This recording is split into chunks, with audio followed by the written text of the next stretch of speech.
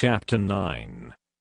And when the Queen of Sheba heard of the fame of Solomon, she came to prove Solomon with hard questions at Jerusalem, with a very great company, and camels that bear spices, and gold in abundance, and precious stones. And when she was come to Solomon, she communed with him of all that was in her heart.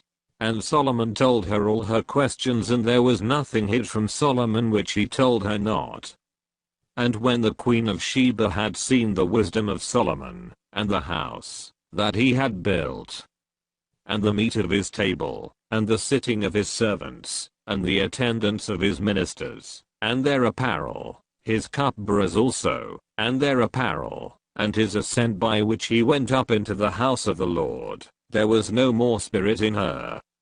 And she said to the king, It was a true report which I heard in mine own land of thine acts, and of thy wisdom.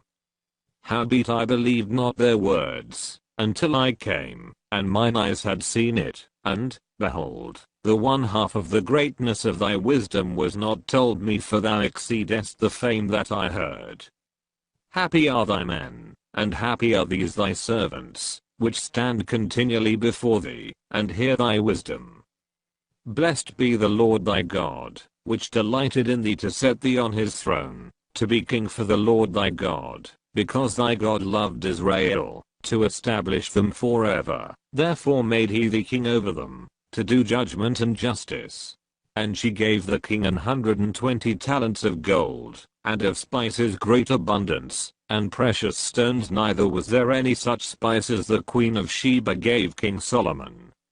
And the servants also of Huram, and the servants of Solomon, which brought gold from Ophir, brought algum trees and precious stones.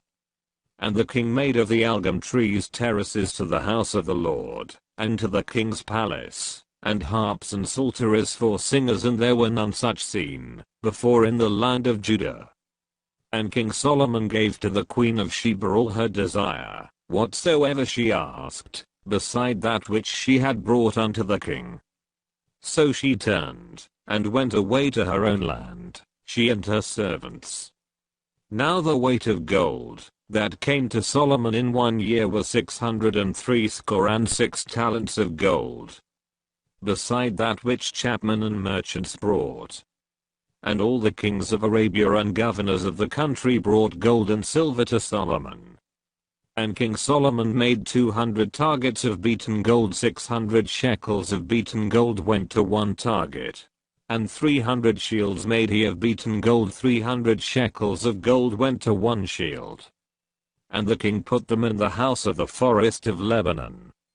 Moreover the king made a great throne of ivory, and overlaid it with pure gold. And there were 6 steps to the throne, with a footstool of gold, which were fastened to the throne, and stays on each side of the sitting place, and 2 lions standing by the stays. And 12 lions stood there on the one side, and on the other upon the 6 steps. There was not the like made in any kingdom. And all the drinking vessels of King Solomon were of gold, and all the vessels of the house of the forest of Lebanon were of pure gold, none were of silver. It was not anything accounted of in the days of Solomon. For the king's ships went to Tarshish with the servants of Huram every 3 years. Once came the ships of Tarshish bringing gold, and silver, ivory, and apes, and peacocks. And King Solomon passed all the kings of the earth in riches and wisdom. And all the kings of the earth sought the presence of Solomon, to hear his wisdom, that God had put in his heart. And they brought every man his present, vessels of silver, and vessels of gold, and raiment, harness, and spices, horses, and mules, a rate year by year. And Solomon had 4,000 stalls for horses and chariots, and 12,000 horsemen, whom he bestowed in the chariot cities, and with the king at Jerusalem. And he reigned over all the kings from the river even unto the land of the Philistines, and to the border of Egypt. And the king made silver in Jerusalem as stones, and cedar trees made he as the sycamore trees that are in the low plains in abundance. And they brought unto Solomon horses out of Egypt, and out of all the lands. Now the rest of the acts of Solomon, first and last, are they not written in the book of Nathan the prophet, and in the prophecy of Ahijah the Shilonite, and in the visions of Iddo the seer against Jeroboam the son of Nebat? And Solomon reigned in Jerusalem over all Israel 40 years.